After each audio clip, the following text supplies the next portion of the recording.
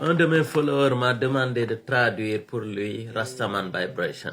Je compte le faire, je vais le faire. Mais à une seule condition. Parce que j'ai promis de revenir en arrière, prendre depuis l'album Catch Fire, traduire une à une les chansons de Bob Marley, que ce soit en français comme en Wolof. Je vais le faire, Inch'Allah.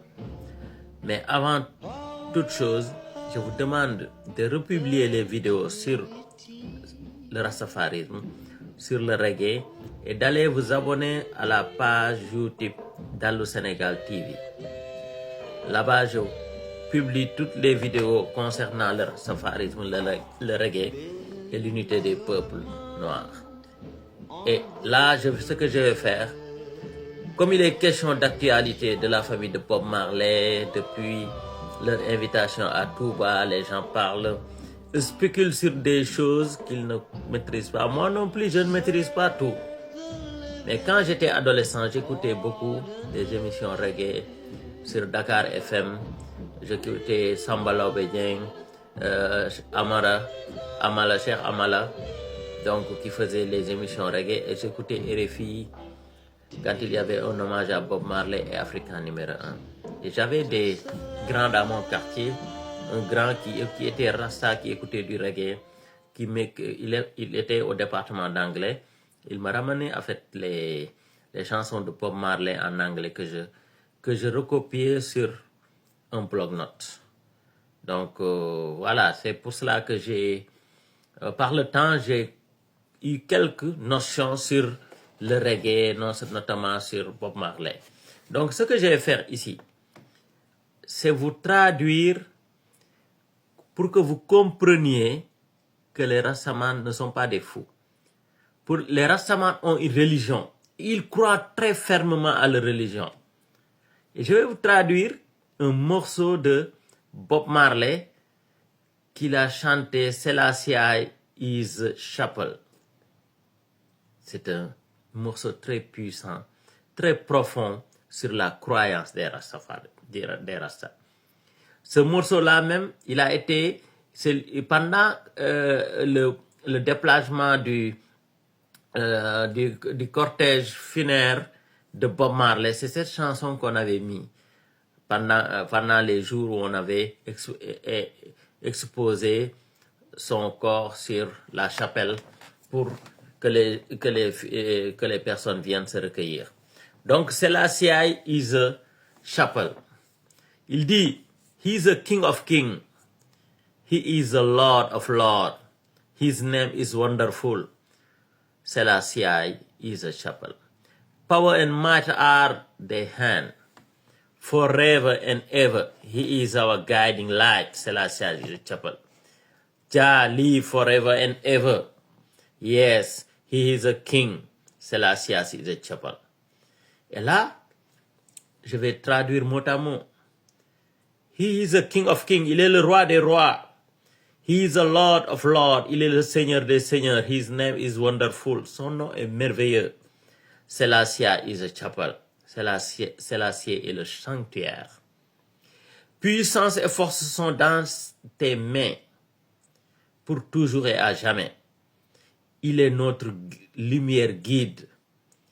Selassie est le sanctuaire.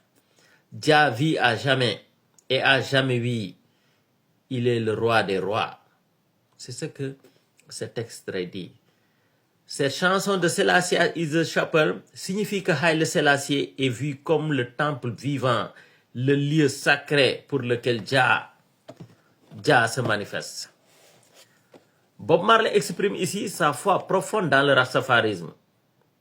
Pour qui l'empereur éthiopien Haile Selassie est une incarnation divine ou messianique. C'est le Messie pour eux. Le chant est inspiré du gospel américain. Parce que Bob Marley, je vous avais dit, Bob Marley avait séjourné aux États-Unis. Pour rendre visite à sa mère. Il a eu le temps de travailler dans des usines comme ouvrier manœuvre. Il a eu le temps de s'acclimater dans la vie américaine. Il a vu comment les gens chantaient dans les dans les églises, comment les blacks, les noirs, entre guillemets, il disait c'est la religion des blancs. Comment dans les églises les gens chantaient et cette terre de gospel, Bob Marley a voulu rendre un vibrant hommage à Haile Selassie par cette terre de gospel. Donc ce morceau, si vous l'avez écouté en début, si vous l'écoutez de fois en temps, vous sentez du gospel américain. Voilà, le chant, il est inspiré des gospels américains, des églises. Et Bob Marley a exprimé le rastafarisme entre l'union spirituelle jamaïcaine comme la spiritualité africaine, la foi biblique et la résistance à Babylone. Et c'est un poème très profond. Et vous entendez la chanson tout à l'heure qui est passée. C'est un fond sonore doux. C'est un fond sonore doux avec une voix douce et mélodieuse. Des chœurs lents au style gospel rasta, typiquement rasta. Donc, en grosso modo, on pourrait traduire là. Moi, j'ai essayé de traduire ça de manière très linéaire.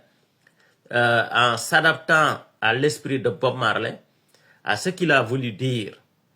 Donc, ce qu'il a voulu dire dans cette chanson, Selassie is a chapel. Selassie est le sanctuaire. Il est le roi des rois, le seigneur des seigneurs. Son nom est merveilleux. Haile Selassie est le sanctuaire. En lui réside puissance et majesté pour l'éternité à jamais.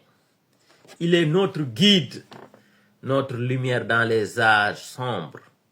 Selassie est le sanctuaire. Il dit, Jah vit toujours. En Haile Selassie, c'est le Jah Rastafari. Jah vit pour toujours. Son souffle traverse les générations. Il siège au sommet de Zion et son trône est justice. Il n'est pas un homme ordinaire, il est un temple vivant. La voix de l'Afrique, esprit du Très-Haut sur la terre des hommes. Il dit, quand je ferme les yeux, je vois son regard. Quand je lève les mains, je sens sa force.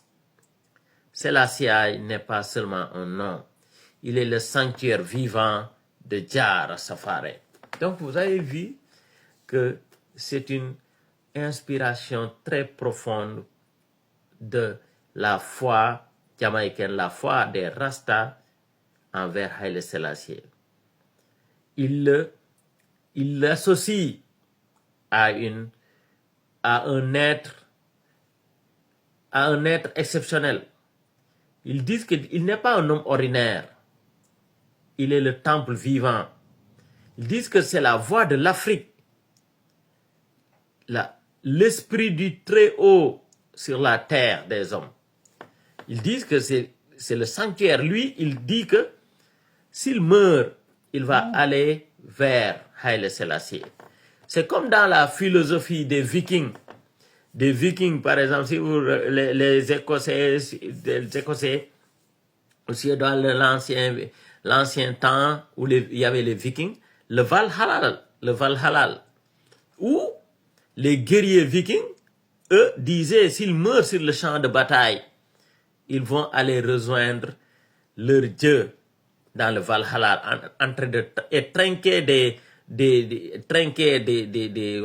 gobelets de bière et de jouissance éternelle dans l'au-delà.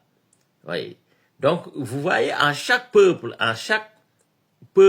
et chaque époque, leur croyance. Mais ce qui est symbolisé chez les Rastafari, c'est que leur foi est immuable. Ça ne change pas. Et pour les gens qui pensent que, voilà, on pourrait, voilà, convertir les Rastas dans la religion musulmane, eux, se convertir en islam, c'est comme se tuer. Se convertir dans une autre religion. Parce que eux, ils se disent, toutes les autres religions sont des religions de l'Occident ou des Arabes, qu'on a soumis aux Africains.